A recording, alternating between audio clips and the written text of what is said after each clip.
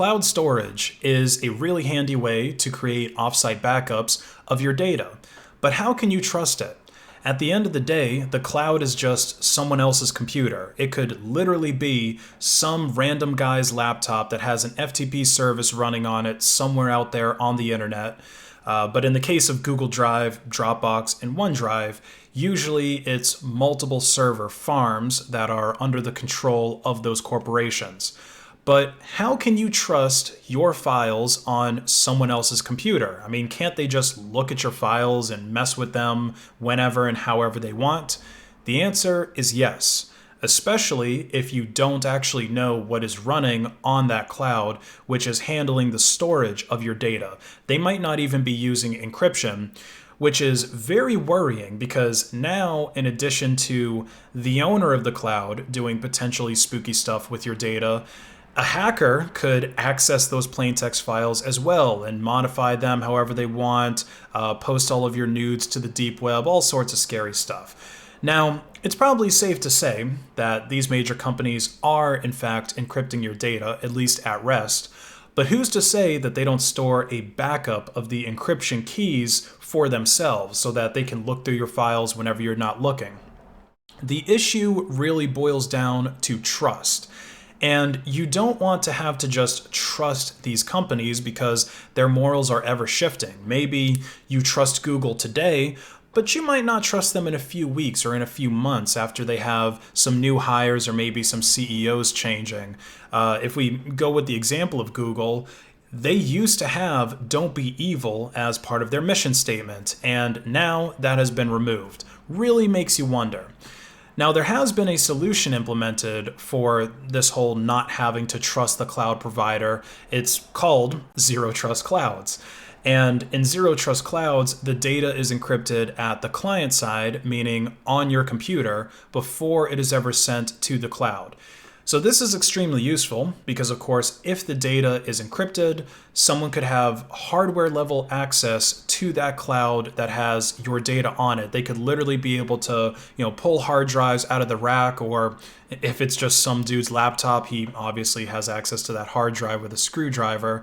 But if your data is encrypted, there's nothing meaningful that anybody would be able to get out of it. Now, there's still some problems with this zero trust cloud model. Most likely, the encryption is being done by the client software that's created by the cloud provider. So that client software that you're using, it needs to be open source so that the encryption can be validated.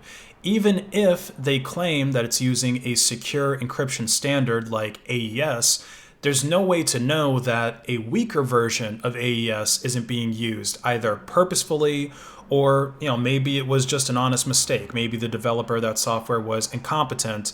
But either way, if a weaker type of encryption is being used, then that makes it much easier to brute force access to your data later. There's also no way to tell if the encryption keys or the passphrase that you're typing in isn't just being sent to the cloud along with your encrypted data, which obviously defeats the whole point of using this zero trust encryption in the first place. So the true solution for your secure offsite backups is to encrypt the data yourself using known, trusted, free, and open source software before it ever gets exposed to any cloud or proprietary client software that is created by the cloud provider. And what better encryption software to use than the GNU Privacy Guard, or GPG, as it's usually called. Now, there's two main types of encryption that can be used here with GPG. We can use symmetric or asymmetric. So for this case with a cloud storage, I think it would be better to use symmetric encryption for your files. That way they can be decrypted with a passphrase rather than a private key. This also prevents you from having to take your private key everywhere with you, because I'm assuming in this type of setup that you're putting your data on the cloud so that you can access it from multiple devices. Some of these devices might not even really be yours. Like, you might be accessing something from your Dropbox at a library computer or a computer that your employer controls. So you don't want your encryption key to just randomly be left on a bunch of computers potentially, because obviously if someone gets it, then they can access your data. And also with symmetric encryption, it's generally much faster than asymmetric. So this is going to be a lot less time consuming when encrypting a lot of files, which is pretty common for offsite backups. But it's important to mention this early in the video that asymmetric encryption is much more secure than symmetric encryption. It's also able to provide some integrity because symmetric encryption almost never provides that. So anyway, let's get into the actual encryption itself. I have this file here, secret.txt, which contains some secret message, and we want to encrypt this before sending it to the cloud, aka some dude's computer. So the command is gpg c, because we're going to use symmetric encryption. By default, it uses asymmetric. No sim key cache cipher algo AES 256, and then we'll specify the file, which is our secret.txt. And then it's going to ask us for a passphrase. And I know that's not a long passphrase, but whatever, we'll be all right. So with our command that we used here, the no sim key cache, this isn't actually necessary. What this is doing is it's telling GPG not to cache the passphrase that I'm using, because by default, it's going to save it. So if you go to decrypt the file right away, it's not actually going to ask you for a passphrase. But once this is used on another computer, or like you email it to someone or whatever, they're always going to have to enter that passphrase. It's only on the same machine that the encryption was done where it's not going to do that. But anyway, this no sim key cache makes it so it doesn't do that in the first place. And specifying the cipher algorithm of AES 256, just because by default it uses AES 128, so there's a little bit more secure. And secret.txt is obviously our input file. So now we have this extra file here, secret.txt.gpg, and if we cat it out, there's just a bunch of nonsense that we get. So there's no way to actually tell what the contents of this are. Same thing if I try to, same thing if I try to open it in Vim, there's nothing here. Even if I tried to modify it, there's really no way for me to even know what I'm modifying. It is possible to modify encrypted files. We'll get into what that means a little bit later. So yeah, I've got this, and then I've got the original one that is still here. And I can show you how to decrypt it. Actually, I'm just going to remove this first because I don't actually need it. So just gpg secret.txt.gpg, and it's going to ask me for the passphrase. And again, same thing's going to happen whenever you do this on another computer.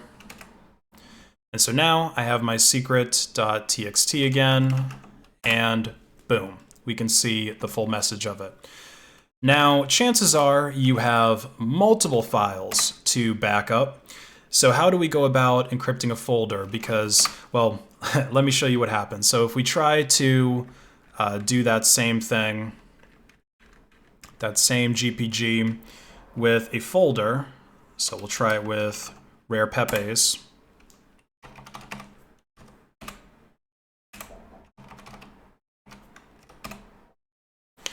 So it's going to tell us that it failed because it is a directory. So what do we do here?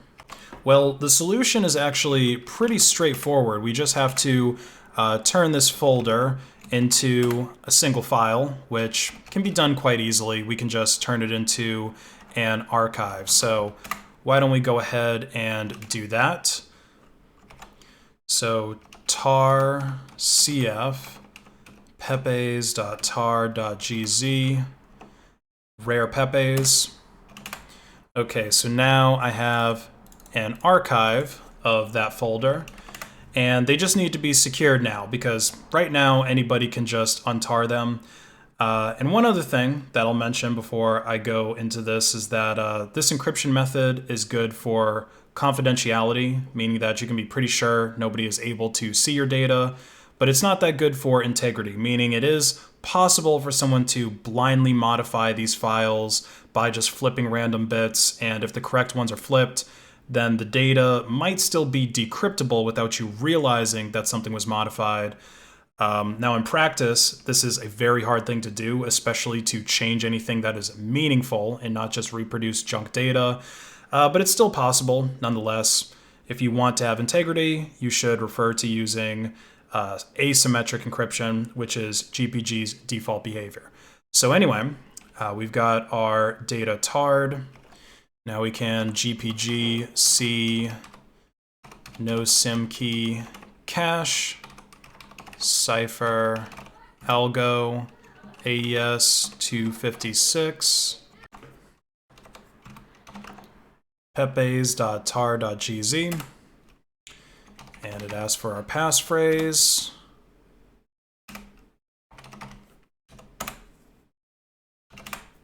So now I have this pepes.tar.gz.gpg. We can also modify this as well. So like if you wanted it to just be like pepes.tar.gpg, and then make it something like this. You could do that as well. So if we try to untar this, so it'd be tar xf, it's not going to work because it doesn't even look like an archive.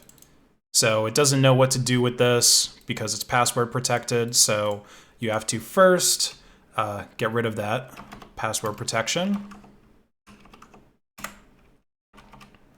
Oh, I should get rid of this first.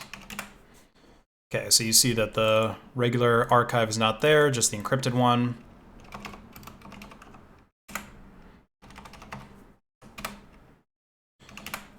All right, and now we have that back, and then here, we'll just get rid of that.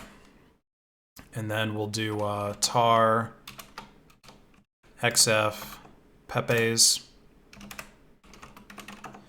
cd into our rare pepes. And there we go. All of my valuable data is still there, safe and secure.